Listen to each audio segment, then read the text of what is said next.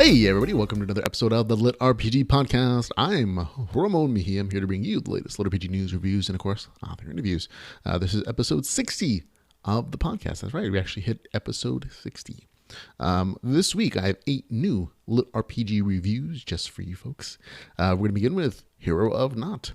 After that, it'll be Life in the North, an Apocalyptic LitRPG. Then after that, it'll be Dream 3. Then after that, it'll be Times of Change, Emerialia book 7, and then it'll be From the Bowels of Hounds, a Caverns and Creatures short story. Then it will be DLC, a LitRPG Adventure, which is the 6th book in the Crucible shard series. And then after that, it will be The Last Redoubt. And finally, of course, last but not least, it will be Codename Freedom Survive Week 1. Okay, but of course, we're beginning our show with LitRPG news.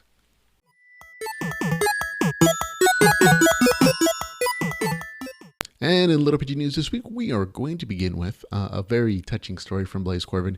Apparently, he's planning to attend DragonCon in Atlanta this August, just like I am. But he's actually thought about cosplaying as a certain godcat from Ascend Online for Travis Bagwell. Just to push himself firmly into this decision, however, he set up a charity fundraiser for Shriners Hospital for Children through Indiegogo and generosity.com. He had a goal of $200 that had to be reached in order to confirm that he would actually do the cosplay for sure. He had planned to put on a mask, a cat mask, wear a nice t-shirt, whatever. But people wanted to see him so much to do this thing that they gave the money away already, and he's blown past that goal. He's nearly at $600 as of this recording. And he already has to wear face paint and not just a cat mask. And now the stretch goals for the project are to get him to raise enough money to force him to dance with strangers while in costume and being captured on video. So this is just a fun, nice way of making Blaze do fun, crazy things that'll be recorded for posterity. But also you're giving money to a charity. So it's a win-win for everybody. So go donate and see Blaze dance like a cat on a hot tin roof. We'll have a link in the show notes for that particular campaign, or we can just look at it at generosity.com. Gift to Shriners Hospital, Children Prank, BC. There you go. Okay. Also, speaking of DragonCon, apparently, I didn't know this, but they have a Best Novel award system, or they have a bunch of awards for novels that have come out called the Dragon Awards. And you can nominate your author or your novel until July the 24th. I don't think authors are allowed to nominate themselves, but fans of their work can nominate their stuff. So I figured there's going to be a bunch of LitRPG authors there at DragonCon this year. Wouldn't it be cool if one of us won like one of these awards? I think it would. We'll have a link in the show notes so you can go nominate anybody that you want to nominate for this award. It is completely open submissions, and all the awards are based upon who gets the most votes, basically. So there you go. You have until July 24th to submit your nominations. We'll have a link in the show notes. It's also just at applications.dragoncon.org. Fan award nominations. You can look it up, do a search for it. But again, link in show notes is probably easier. Okay, on to Aileron Kong. Aileron Kong's website, litrpg.com, has a new forum section. And to celebrate that new forum section, Aileron is going to do an AMA, an Ask Me Anything, exclusively there for the people who register and sign up for the forum, basically. It'll be Saturday, July the 15th at 2 p.m. Eastern Standard Time, and he's going to answer the questions with the most likes. So this is kind of a way of promoting and letting everybody know that there is a forum outside of Facebook or Twitter or wherever where people can go and talk about LitRPG stuff. There's also one on Reddit, which I think is mildly popular, but this one is straight from Aileron's webpage of litrpg.com. So there you go. Okay. Also, Jeff Hayes was nice enough to pass along information that Delvers LLC book 1 is actually going to be on sale currently until July the 15th. Now, he, in his original post on Facebook, he said that it was $5. When I checked yesterday, it was $7 for some reason. I mean, I've already purchased it. So that is what it is. But if it's cheap, if it's inexpensive, it's a lot less than the normal $20 price tag. It's always a good deal. And, Jeff Hayes does a really good job of narrating the story, and it's a good story. So, there you go. You have no excuse to not go purchase it. It's as inexpensive as an actual novel in audio form, though. Okay. Now, speaking of audiobook, we have one new LitRPG audiobook that came out this week. It is Area of Effect, The Crucible Shard, Book 5, a story I remember reviewing, I think, last month, and it's already out as an audiobook. So Skylar Grant is really doing a quick turnaround for all those audiobooks. So good for him. Out now. These stories came out this week. I haven't had a chance to review them, but I wanted to let you know about them in case you needed new things to read. Headshot, One in the Gut, Book 1, a zombie LitRPG trilogy, came out this week. I guess the author means for it to be a trilogy, but this is the first book in that trilogy. Then there's Vengeance over Vanaheim, a LitRPG saga, Valhalla Online Book 3. I've read and reviewed Book 22. I enjoyed them both. Looking forward to reading Book 3. And then Nagant Wars, Pawn Sacrifice. Now this is Book 2 from friend of the podcast. And Book 1 had a lot of criticisms, good and bad. There was some controversy around it, but I definitely look forward to reading Book 2. I just couldn't get to it this week because I had 8 other novels to read, and this one popped up. So there you go. Now, in upcoming LitRPG, this is just where I read off all the stuff that's coming out in the next this month, rest of this month, all of August. So skip ahead if you don't want to hear a list. But there are some new additions to that list, actually. On July the 14th, The First Planet, The Space Masters 1.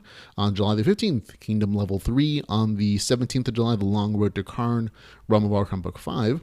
On the 19th, this one's new, The Luckless, an MMORPG adventure.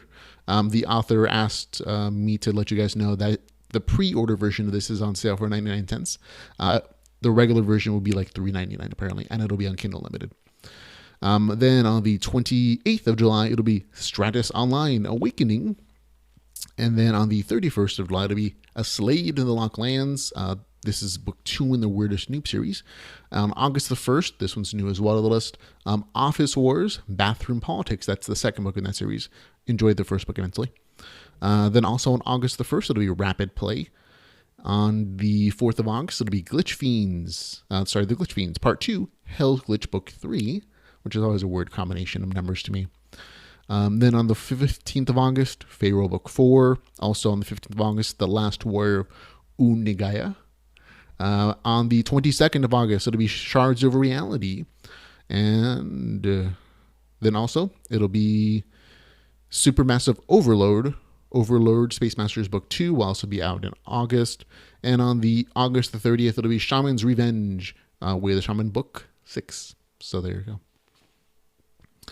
Now on to new releases and reviews.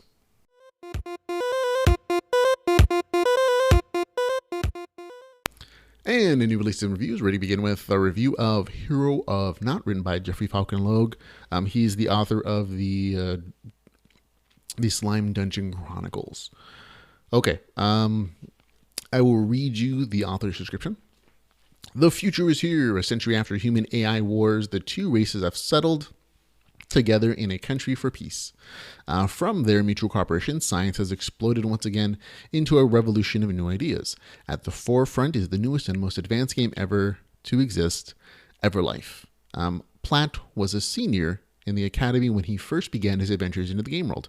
After years of suffering from his betters, he now had a chance to shine in a world where everyone was equal, unless his troubles follow him into the world. And Everlife isn't just what it was advertised to be. Will Platt survive in both the real world and in the game world as he struggles against his oppressors, or will he fall into corruption and take back what is owed to him? So there you go. That's the author's description of this novel. It is 227 pages. It is $4.49. It is available on Kindle Unlimited. So page count wise, the price, it's about 2 cents per page, which again is a little more expensive than I normally pay, but it's available on Kindle Unlimited, so there's less risk. Now, for those of you who actually pre-ordered this novel, who got it on like day one, there was a technical issue where the author accidentally uploaded a version of the novel with a single page, and that's what they got. He fixed the issue as soon as he could, but some people, again, got that one-page version of it, and they haven't been able to update it. Amazon has actually agreed to push a novel update, but you have to go to your managed content page on your Amazon account to get it. Additionally, Apollo Thorne suggests you may have to delete the cookies, so to speak, from the app before downloading it or for re-downloading it. He has the same problem, I guess, when he edits his own work. After each version, he has to clean out the app and then reload it. So there you go. And he said you can look on Google for ways of deleting cookies in the app. to do it. But of course, Amazon's update should fix you right up. So there you go. Now, again, this story is written by the author of the Slime Ninja Chronicles. And I think it was one of the first, not the first short story that Falcon wrote on the Royal Road. And it kind of shows. I think I remember I did an author interview with him once. And he said that he's written a lot of stuff, and the Slime Ninja Chronicles is probably his most recent work. And he's really proud of that. But when he goes back in time and he looks at the first things he's written, including, I think, this one, he kind of cringed when he first reread it because it was very rough. And he's learned a lot about writing apparently since then. And he decided, though, to clean this up, to try to rework it a little bit, to make it a little more understandable, readable, and to put it out as an actual novel. However, the core of the story still reflects that early learning curve of writing for him. And again, it's not a bad story in any way. It's just compared to some of his later works, it lacks focus and planning, and you can tell. The first 40% of the story is kind of a mix of high school teen drama with the excitement of getting a new VR MMORPG. There's descriptions of a far-flung future where everyone is ranked and educated according to some RPG-like system, which I thought was really cool. There are stats like where students are judged by body, soul, mind, and it kind of branches off on their various parts of their study curriculum, and also will affect their job prospects later in life. And again, I liked this concept. It kind of brings RPG rules into a modern world. Unfortunately, it just really isn't developed. Most of the time is spent in the game. And when this kind of stratification of the society is described, it's really used as a way of explaining why the main character is separated from his childhood friends and why he is bullied in school, basically. So there you go. It kind of replaces your normal social class divisions, unfortunately. And that's kind of it. I was hoping for more. Now, the game, Everlife, in the novel it's okay. It's fine. It's a fantasy world with an adaptive AI system. In the real world, again, artificial intelligence is a thing, and there was some AI war, but there are a whole community of artificial intelligence that have worked with humans to create this, really cool game. And AIs are actually in this game, but you really don't see them. I mean, you see them in the form of developers or game masters a little bit, but they're also supposed to be NPCs or other players, and there's no way to differentiate, so it kind of loses its meaning a little bit. Again, it could have been kind of a cool story to tell about trying to figure out the difference between artificial intelligence and regular humans when both are in a digital domain. And if that matters, maybe he could have fallen in love or made friends and, oh, you're an AI, what do I do with this kind of thing. None of that was developed, but this kind of keeps coming up in the story. They're really cool kernels of ideas or maybe slightly developed versions of them, but they're never really fully developed to their full potential. And again, it's the first thing that he ever wrote, I think, and published on the Royal Road. And so there are always going to be cool ideas that he may not just have the tools at the time to kind of develop. The game itself, fairly standard with switchable classes, the ability for anyone to learn any skills and spells. The main character chooses to be a spear and shield user, which is on the cover, and it's cool. I like that. Most of the first part of the story in the game is really just him exploring the game world, its mechanics, gaining levels, learning magic, raising his reputation with NPCs, standard stuff. Then, at the 40% mark, though, the story really does take a dark turn, and it's kind of hinted at in the story description, but it becomes a story of revenge. Like, bad things happen to the main character. He's betrayed. He seeks revenge for the wrongs done to him. He undergoes physical changes as well, both in real life and in the game. I'm not going to spoil if you want to read it. But from here on then, it's him as a dark character stuck in the game, going on quest, gaining new abilities, companions, killing mobs, all to gain him the power that he wants to get revenge on the jerks that wronged him. And again, potentially cool. The revenge story has a lot of possibilities. However, the revenge doesn't take place. And this is, again, one of those things. There's a ton of potential there, and it's just not developed in this particular novel. I'm not sure if there's more story to this, but the main character doesn't get his revenge. He talks about getting revenge, and it's really impressed upon the reader. That's kind of his new reason for existing in this digital domain where he's trapped in the game. But it was a little disappointing to see that it didn't actually come to fruition. There is some very interesting, spirit of vengeance stuff happening in the story where the main character, because of the way he looks, kind of takes on the persona of, almost Ghost Rider, the spirit of vengeance, and righting wrongs within the game for the artificial AI community, for battered women or whatever. And that's kind of cool, of course. But again, there's no real satisfaction or resolution for the main character's revenge that he needs to kind of move on with his life. And at the very end, it just kind of ends. And it feels like a break in like a longer serial story, which it may be. I don't know. I haven't read it online, so I don't know if that's going to be the case or if there's going to be a book 2 or whatever. But for me, it was just, it was okay. I like the game stuff. It's a neat world. And again, there are a lot of cool potential story ideas here. They were just never really fully fleshed out or developed. And again, the quest and the fighting in the story, they're fine. They're okay. They're not, they're not amazing, but they're not bad either. And it's just, there didn't seem like there was an overall plan for this particular novel as the author was writing it. It just felt like, oh, this is what I'm writing today. And, what happens in the future. Which is how a lot of us start off. I know I did.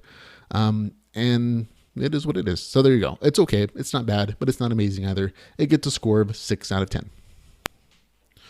Okay, on to our next story, A Life in the North, an apocalyptic LitRPG, The System Apocalypse, Book 1. These long titles sometimes. It is written by Tao Wong.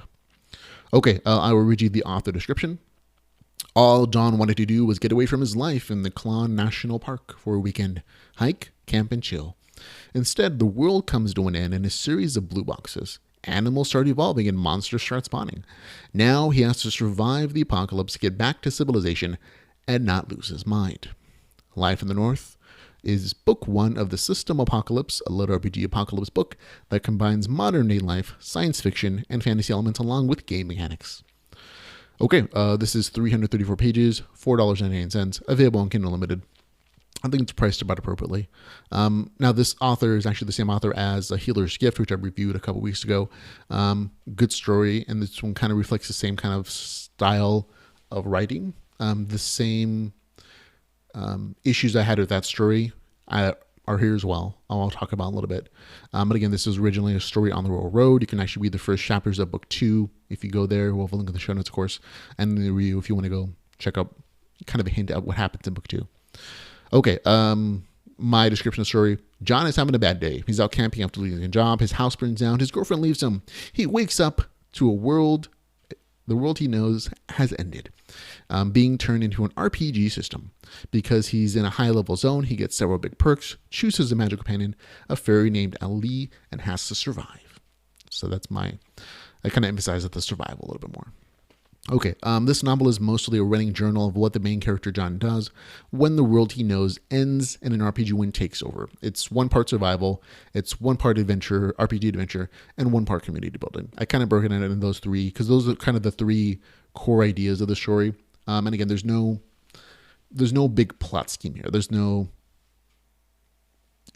Nobody's trying to save the world. Nobody's trying to stop the apocalypse. Nobody's trying to find the zombie cure or anything. It's not that kind of survival story. It's very much him trying to survive from the very beginning. And I'll read you what I thought about each particular kind of theme in this story. The survival story part. The world becomes a heck of a lot more dangerous when humans aren't the greatest threat anymore. In this world, no more animals are mutating into terrible beasts, and there are new monsters that the game system drops in the world. These monsters can spawn anywhere that's not a safe zone. A special system designated space that's free of monster spawn. So the safe zone is where people can stay and not have monsters spawn in their homes, basically. There are also limited resources for people as the normal food and water distribution channels are broken down. When you combine that with a constant threat from monsters with limited resources, you get a nice zombie apocalypse feel and tension to the story. So if you ever read like a zombie apocalypse story, or even like end of the world apocalypse stories, something bad happens that kind of changes the world forever for everybody. Whether it's electricity, all the electricity turns off, or there's a nuclear bomb that, wipes out parts of the country's infrastructure system, or it's a zombie apocalypse, whatever it is, the normal way the world works ends. And that happens here. In this particular case, it's the RPG apocalypse, I guess. But that same kind of concept of, can no longer just go to the grocery store and expect food to be there, fresh food to be there. People aren't delivering groceries anymore. Most vehicles don't even work in this world. And so there is that limited resource survival aspect of the story where people vie for these limited resources. And then there's also, of course, the danger from monsters. In the case, in the zombie apocalypse, it would be zombies that you have to fight against and other humans who are trying to get your stuff. In this case, it's a variety of different monsters of various levels trying to attack you and kill you and eat you. And you, of course, in turn attacking them and gaining resources from them like food, meat, experience points. And so that's the survival aspect of this other story, which is really kind of the big feature of it. It's cool. It's in detail. There is that same sense of tension you would get from like a zombie apocalypse novel. And that's kind of the biggest draw of the story for me. Now, the RPG adventure stuff. This world is run like an RPG. Levels, stats, classes, experience points, quests, skills, the whole shebang. And while there are several ways of getting experience points, you can kill monsters, you can complete quests, and you can craft as just a couple. There's no doubt that the people of this world need to level and become more powerful. And so you have to go on adventures. You have to go kill monsters. And there is a risk of dying there because there is no respawn here. There's a point where people can be healed, of course. There's magic and everything. But once you die, you die. So there's definite risk and stakes here. But it is also part of that, XP grinding aspect. Okay, now community building. Again, I talked about the few safe points in this world where the main character lives. And of course, those other people who are survivors in this world, they start to build communities around these safe zones. And normal people have to kind of build a community. That's figure out how to complete community projects because, again, infrastructure is falling apart. How to feed everybody, how to keep them safe from monsters. And because the main character, John, has an information source they don't about the game system, he kind of plays a pivotal role earlier on in helping to develop these communities and figure out their priorities. That goes away a little bit later as they start to develop on their own. But there's definitely a big building a community. The same way in a zombie apocalypse, it would be about, finding a safe place away from the zombies and finding a group of people you can work with and live with and, survive within the zombie apocalypse. But in this case, it's RPG apocalypse. Okay. One of the few things I think the novel lacks is a clear direction. And this is kind of the same criticism I had of A Healer's Choice, which is the author's other novel on Amazon, is that there's no clear place that this is going. It's just, it's kind of like, this is what the main character is doing today. These are the adventures, daily adventures of this character. And that's fine. That's cool. There's nothing wrong with that. There's nothing bad about it in any way, shape, or form. I like this novel, to be clear. But your mind tends to wander a little, wondering, where is this going occasionally?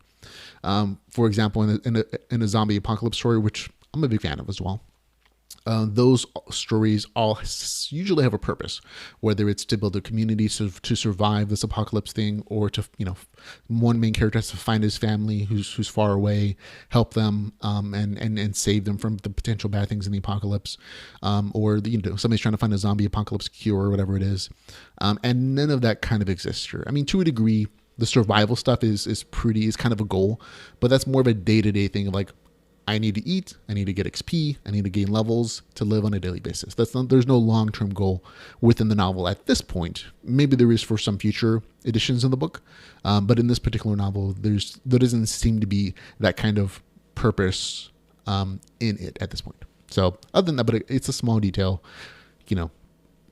I just would have loved to have seen, like, have some kind of foreshadowing saying, oh, this is where the story is going to go at some point. And, there's a huge big thread, or there's some big plan, whatever the case is.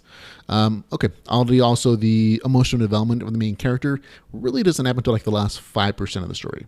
And when it happens, it's really well written. I'm not saying it's not, but it kind of happens late in the story. And I thought that was a little odd. Overall, good read. There's lots of action, good game mechanics, nice survivalist twist to the story, which is kind of the big draw. Gets a score of 7 out of 10. Okay, on to Dream 3, Winds of Souls. It's the third book in the Dream Trilogy series, written by R.W. Capone. I'm saying that right. Okay, I will read you the author's description. What if legends aren't really legends? What happens when pixels and imagination dice are replaced with steel, flesh, and arcane power? Shad, Derek, Fred, and Jeff are just ordinary guys. They did their time in Iraq, hold regular jobs, and spend some of their free time playing RPGs on their game platforms and at the table. Until they were shanghaied into a place where magic and mystics had been banished from Earth. Eventually, with great difficulty, they returned home and got got on with their lives only to be blackmailed into returning again. They chose to pursue their blackmail into another sphere or alternative world.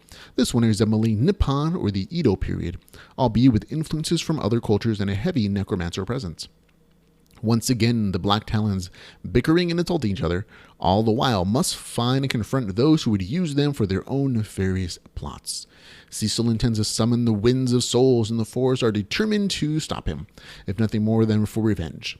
In a land of the samurai, and the four Texans must learn patience, subtlety, and a new way of looking at things. Once again, they are not the biggest or the brightest on the game board, but as usual, they are undeterred. Okay, this novel is 289 pages. It is $2.99. It is available on Kindle Unlimited. Price is spot on. This is easily one of the best squad-based military LitRPG series that I've ever read. The third book in the series continues the tradition of action and adventure in this one. Again, this time the Black Talon, that's the name of the gaming group, and the group of those four friends who are military veterans. And they find themselves in a world with a kind of ancient Japanese vibe to it. There's a lot of other influences there, but that's the kind of the theme of this particular story. They're hunting down the sorcerer Cecil as he attempts to do some bad things, and they're going to try to stop him. That's kind of the gist for me. At the beginning of the novel, there's a really nice recap what happened in book 1 and 2, plus a reminder who everybody is. So while you could jump into the series in the third book and have a decent understanding of what's going on, if you read books 1 and 2, you're going to appreciate some of the subtle jokes and inside kind of references that are there. The Black Talons, again, when they're transported into these worlds, they're basically game worlds. And each time they go into a world, they get to choose a new class. They get to choose, in this particular case, they keep their levels from the last world because it's very much, they were brought into the system against their will in book 2, and they've transferred from that game world to a different game world in book 3. And so here they got to choose their new classes based upon this kind of Asian theme. I'll tell you what they do. Shad is a Panatico. I'm probably not saying that right, but he deals in curses, spirits, and the undead. He's a warder. Fred is a Lamond. He's a healer and jinxer. He uses charms and range spells. Derek is a samurai. That one's pretty straightforward. He's an upper class, though, so there are actually class considerations here. And Jeff is a combo. A personal servant to Derek, but he's also combines bodyguard and valet services, so he's also a kind of a frontline fighter. And this is definitely an RPG just because it's as they gain experience when they fight monsters, they get new levels and they get new ranks and they can choose new abilities. And so it's definitely an RPG mechanic. It is a little more dulled or less numbery than in other stories, but you still get that same progression within a defined game mechanic system that everybody uses in this world. So there you go. One of the things I really enjoy about the series is just the relation between these four guys.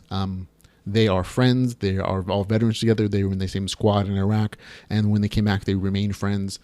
So they have that background of influence to kind of draw back on. At the same time, they also are complete jerks to each other, but it's that friendly kind of teasing and joking and insulting that people do. And while I can't necessarily relate to that, I can understand what it means socially and friend wise. Also, their roles within the group are super well defined. Like because they've already worked in a squad in a military base, and in real life, they already kind of know their defined roles. Who's going to be the damage dealer? Who's going to be the tank? Who's the healer? Who's the range combat? Whatever the case is. And so they go into this novel already defined and already realizing what their roles are going to be, and that definitely plays into their combat style as well. And so they're, like I said, squad-based LitRPG. This is one of the most detailed, written, and kind of conversational driven versions of that I've ever seen, and it's really good. I enjoy it a lot. There's also a lot of great world building in the story. You can tell that the author did a ton of research on Asian, Japanese, Pacific Islander cultures, and kind of meshed them well together. There's a really defined social class system in this world that is realistic. It's stratified. The customs of this world are really well defined and interesting just on its own. I would have just enjoyed reading this as a fantasy novel, but it's a LitRPG novel, so I enjoy it a lot more. So a lot of fun stuff there. And without reading the story, there's a ton of action. the team makes their way through this world, figuring out their culture, and also figuring out what Cecil's plans are. There's a lot of fighting and adventure, and conversation between the characters. There's betrayals, plots, side plots, all the good stuff. But the main focus of the story is, of course, killing Cecil or disrupting his plans. And these guys are really tenacious. That's kind of they're not super smart. They're not the most powerful, but they are tenacious and they'll get the job done. So it's fun to read. Overall, good read. Satisfying conclusion. It may also be the end of the series. It's a little unclear. I'm not going to spoil the ending because it's kind of sad. But for me, enjoyable. Gets a score 7 out of 10. Okay, on to Times of Change, Emerialia Book 6. This one is, I'll read the author description. As the Exterminators come into a time of peace, they're set upon building up their guild hall and getting back to raiding. Without the worries of immediate battles and constant quests, Dave and Party Zero are free to pursue their passions. New discoveries that we made, advances taken. They've got big plans and ideas for the future that they start now to form, and that will shape the future. In this time of change, possibilities will rise and opportunities will be grasped. It's time to build for the future. Okay, so right there, the author kind of tells you what the story is about. It is 448 pages, $4.98, available on Kindle Unlimited. Spot on for the price for me. Now, in the last novel, just to give you a little background, there was a huge epic battle that resolved some land-selling plot lines. So it's not surprising that in this one, this is kind of a preparation novel. And the author basically tells you that in the description. It spends most of its time preparing for the characters in the story to face off against the hugely dangerous creatures and battles coming up in Book 8. That doesn't mean it's not a good story or that there aren't any good fights. It just means that more time is spent on other things than like big epic battles necessarily. I describe the novel as a combination of grinding out levels, and gaining combat experience with the main factions, some awesome fights, just a couple though, some amazing creations that Dave has, and plans he has for the future. Those are pretty awesome to me. And some updates on some larger plot lines and some personal ones as well. And an introduction of a couple new characters. That's kind of what the story is. Like, if you skip the story, I don't know that you wouldn't be able to read number 8. Know what I mean? This story is a ton of preparation. And if you like that kind of stuff, if you like grinding stories, or if you're just in it for the combat system, or you're just in it for the crafting stuff, which I am sometimes, this is still going to be enjoyable for you. But don't expect like huge, amazing battles like you got in the book, in the last book, or that you're probably going to get in the next book. Okay, the big additions of the story are that there are 3 new beings of power that are released, that mostly don't get dealt with here.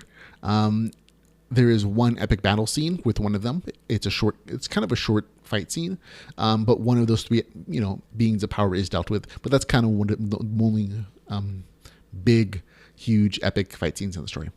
There are also updates in the storylines with the space humans, the dragons, the gods, and the dwarven tournament. So there you get that. However, the thing I really enjoyed the most was reading about the new inventions that Dave has come up with. I mean, there are some truly awesome stuff there, but I won't spoil most of them, that aren't just for the immediate fights, but also stuff that's meant for the long-term fights with the Jugal Empire that I think are going to be kind of cool. And it's getting a little more sci-fi-ish, not just fantasy.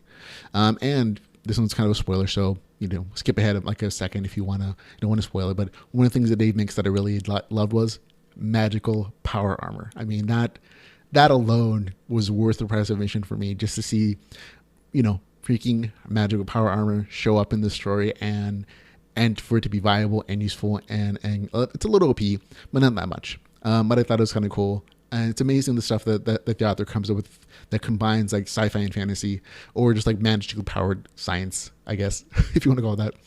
Overall, had a good read. I'm expecting some really epic fights in Book 8. This one was good though. Gets a score of 7 out of 10. There you go. Okay, next story from the Bowels of Hounds, Creatures in Caverns short story written by Robert Bevan. It is 42 pages, $2.09. It is available on Kindle Unlimited. This is my review is probably almost as long as the novel. Joking, but it's a short story, so I can't really say too much without spoiling too many plot lines. But I'll give you the beginning of it. The team completes an escort mission in the pouring rain to a curious tower. The owner, an eccentric count, has hellhounds as guard dogs and a necromancer for a cook. Will Cooper's poor charisma score or Tim's drunken antics get the group in trouble? You bet. But that's half the fun. And from there, situations arise, adventure, comedy, potty humor, all that stuff happens there. Price wise, it's rather expensive for 42 pages for $2.99. That's expensive, but the author is actually, this is I think one of the first novels that he's done this with, for the short stories anyways. He's put it up on Kindle Unlimited, so that kind of negates any kind of risk you might take. If you've read the Creatures in Caverns series, or the Critical Failures as they're called, as they're titled, these are those same main characters. They're just doing standalone independent novel adventures, and they're super funny. Like every single one of these short stories that I purchased and read, I've never personally regretted buying them or reading them, because I like those characters. They're funny. Yes, they're irreverent and they curse a lot and they use a bunch of potty humor, but that appeals to me and I enjoy it. But with these stories being on Kindle Unlimited, there's really no reason for you not to read it if you're familiar with these characters. I would recommend that you've read at least book 1 to kind of get a feel for who these guys are and why they're in this fantasy world. But I guess you don't technically have to. Like, it's still fun, goofy, idiot humor from these dudes. If you like that stuff. So there you go. I enjoy it. Good length. This one's funny like the rest of them. I give it a score of 7 out of 10. Okay. Next one, DLC A LitRPG Adventure, The Crucible Shard, Book 6, written by Skylar Grant. I'll read you the author description. King Liam has faced many foes since taking the throne, but this one is more personal than most. The god Veros is one of the artificial intelligence from Earth and has been hatching plans and building his base of power for a very long time. The struggle shall make all those involved reconsider who they truly are and make hard choices for the days to come. So there you go. It is 213 pages, $3.99. It is available on Kindle Unlimited. Again, slightly more than I normally pay, but it's on Kindle Unlimited. So there you go. Now, I'll have to admit that this series is not for everybody. The first book in this series, super amazing. I think everybody will enjoy it as a general RPG story. But then as the series progressed, they got crazier and crazier and a little bit weirder and weirder. There's a bunch of time travel stuff, dimensional jumps, people shifting personalities. And so I think a lot of people, I don't know if everybody continued with the series, to be honest.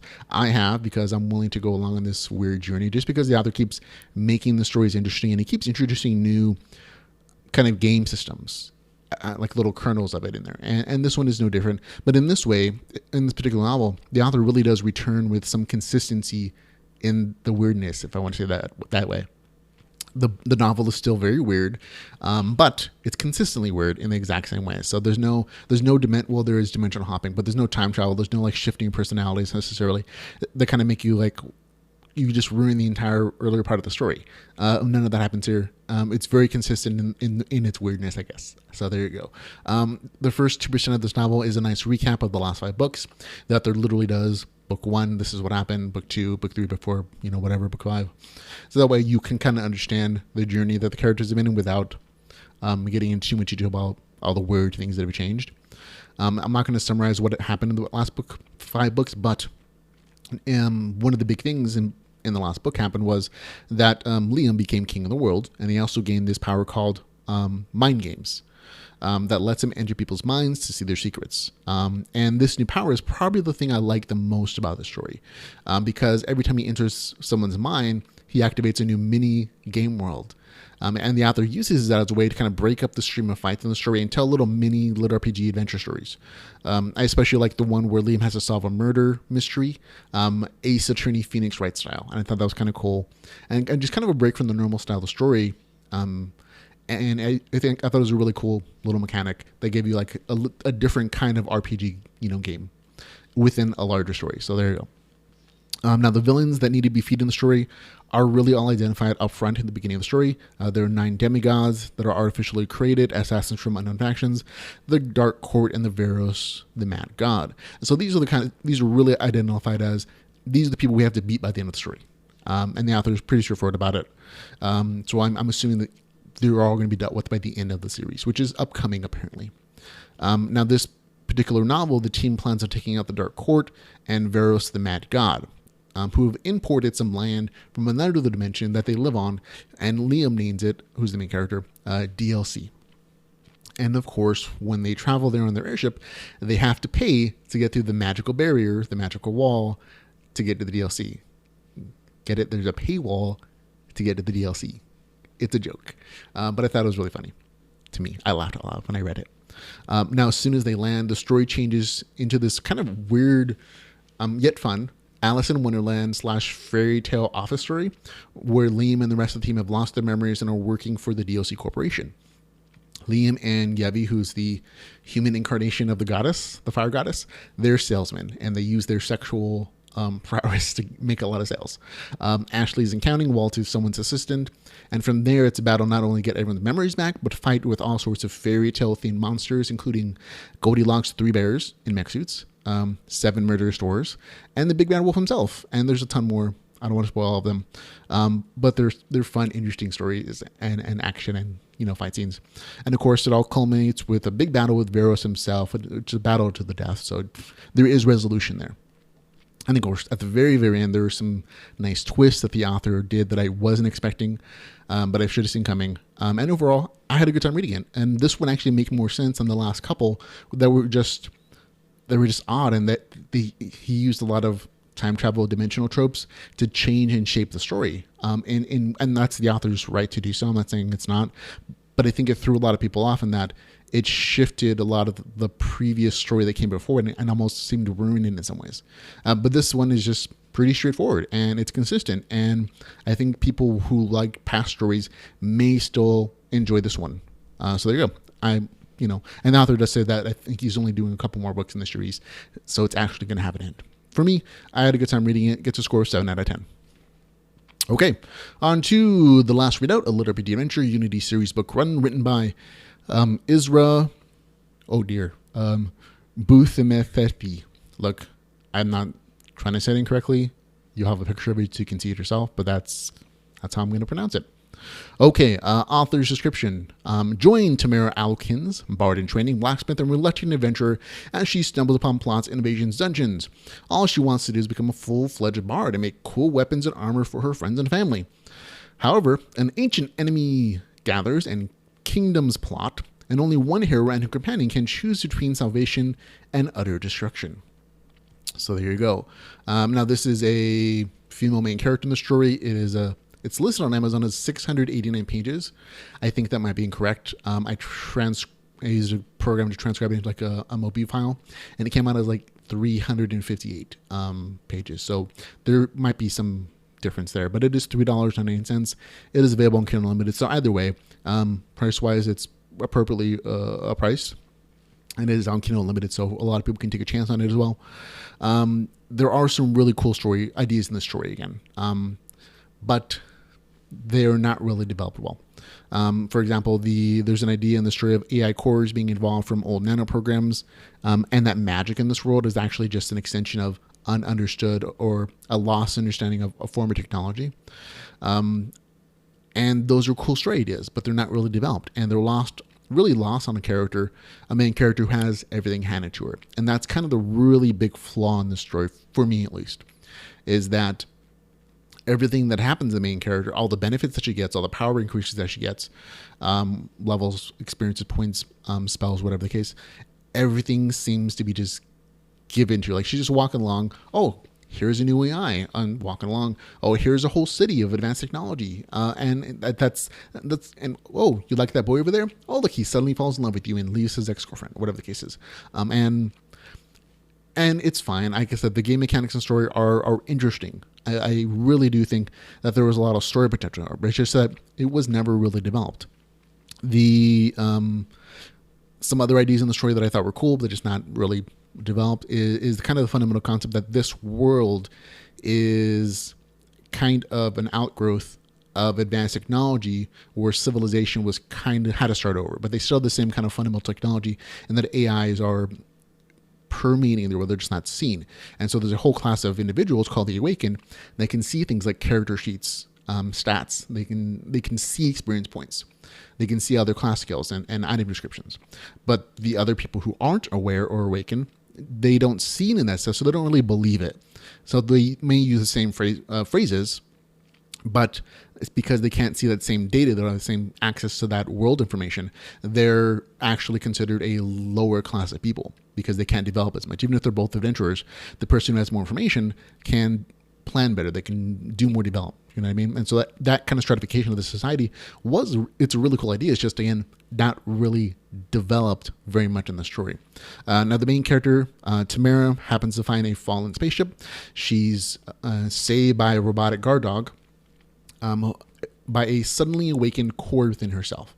Actually, an artificial intelligence AI that was apparently implanted in her at birth, but only now awoken when her life was in danger. And he just happens to give her just the abilities to trash this robotic dog that's just about to kill her. I mean, the AI literally gives her berserker rage, and he slows down time so that she can just murder this dog, which she wasn't doing any damage to. So that's one of the very first examples of like, oh, this character's not earning anything. She's literally being given the powers that she needs to defeat this, creature, this thing that's endangering life. And that's a theme throughout the story. On her way to tell the king about this fallen spaceship, she agrees to guard a caravan that just happens to lead her to a secret pre-cataclysm facility full of advanced technology, manufacturing facilities, advanced laser and plasma weapons, and of course, she's the only one that can open the place up because of her artificial intelligence. And of course, everyone in the caravan, all the grown-ups, she's 16 years old, they want her to run the place and establish a town. Literally, they want to place the 16-year-old girl they just met days ago as the leader of this community. And it's things like that make me go like, okay, kind of groan a little bit and like, okay, that doesn't seem likely, but we'll put it aside. But it keeps happening again. Just the guy she happens to fall in love with eventually falls back in love with her, Lisa's girlfriend, who happens to be described as a very loose woman. And she's eventually turned into this major bad guy. But I think it was very curious that the the main character's one adversary in the story happens to be a girl that whose look she's a little bit jealous of, but who's also described as essentially sleeping around with the other characters and being exiled from the community because of it. I'm like, that's a story choice, but it does show, it does kind of reflect a certain mentality of potentially of the story, which didn't appeal to me necessarily. And of course, by the end of the story, she's literally beats an entire Ark army by herself, except for the one girl who kidnaps her the brain, who happens to be that one girl she was jealous over. So there you go. Overall, the game mechanics story are actually, they're fine. There's leveling, there's class skills, there's a bunch of magic systems, and I get a lot of cool story potential ideas there that just really weren't developed, or at least they were kind of ruined for me because of the way that the main character progressed, how everything was kind of handed to her. So for me, overall, this kind of meh, gets a score of 5 out of 10. So there we go. On to, last but not least, Codename Freedom Survive Week 1. This podcast is getting long, folks. It is written by Apollos Thorn. Okay. I will read you the author's description. It is... Let's see, here we go. War is coming. The government must accelerate their super soldier program. I'm not going to read it. It's really long. I just realized that. Or do my description of it. It is 379 pages. It is $4.99. It is available on Kindle Unlimited. So this is actually really on the nose as well. Now, the main character, Lucius, is a programmer in a world of advanced technology. There are AIs. There are other, virtual reality games out in the world. So it's set into the future. However, he is selected for a year-long beta test of the most advanced gaming system ever. He jumps at the chance. And it's actually described in the story as the world's most advanced social experiment by the government. But it's essentially a beta version of like a game system. What he doesn't know, and he won't learn until he's inside the game, is that the pain settings for the system are set at 100%, which means that any pain he feels in the game, it will actually feel real. And that the government has an ulterior motive for testing these players. The jux of the question for the main character essentially is that, will he find the strength to keep playing and defend his starter city from the hordes of monsters that are threatening it? Or will he jump out of the game and quit because of the nature of the game, where he's literally feeling every stab, every bone break, every cut of a blade in combat? And it introduces a lot of cool mechanics and ideas in the story that I thought were really nice. Originally, this is a hobby project from the author on the Royal Road. He says it in like descriptions online of it, from Apollos Thorn. However, he actually took that base story, that rough draft that he'd written over years potentially, and he developed into a series of full-fledged novels. And I gotta admire the tenacity of somebody who does that, who turns essentially just this thing they do for fun into something that they can put online and be proud of, and actually turn into a bestseller novel on Amazon, which it currently is. So great congratulations to you, Apollos. I'm proud of you, buddy. He's a friend of the podcast as well. But for me, this is a definite read. It's really enjoyable. And go pick it up on Amazon. Even if you read it on the Road as this rough draft version, there are enough changes in the story to still make it interesting to reread it on Amazon personally. So overall, really, it's a really good story. Even though the novel only covers the first week of the player's in-game experience, and online it's a much bigger novel system. This story is still packed with action. Each and every night and day, the players must defend their starter town from hordes of increasingly difficult goblin raids.